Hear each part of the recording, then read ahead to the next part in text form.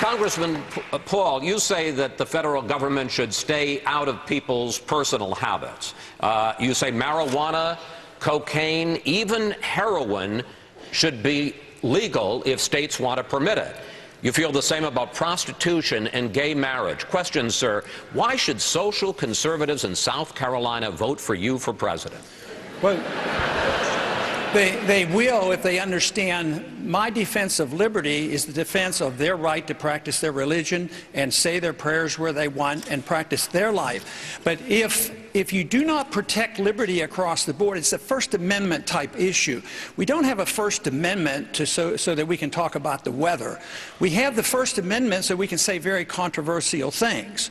So for people to say that, yes, we have our religious beliefs protected, but people who want to follow something else or a controversial religion, you can't do this. If you have the inconsistency, then you're really not defending liberty. But there are strict rules on freedom of choice of this sort, because you can't hurt other people, you can't defame other people. But yes, you have a right to do things that are very controversial. If not, you're going to end up with government that's going to tell us what we can eat and drink and whatever. You know, it's amazing that we want freedom to pick the future, you know, our future in a spiritual way, but not when it comes to our personal habits.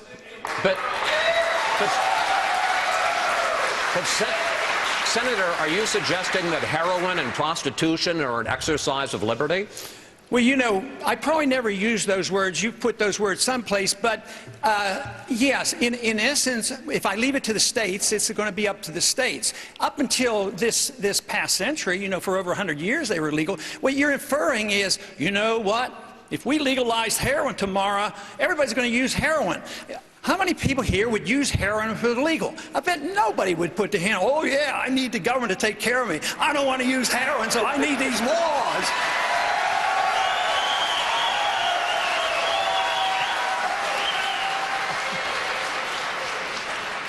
I never thought heroin would get applause here in South Carolina.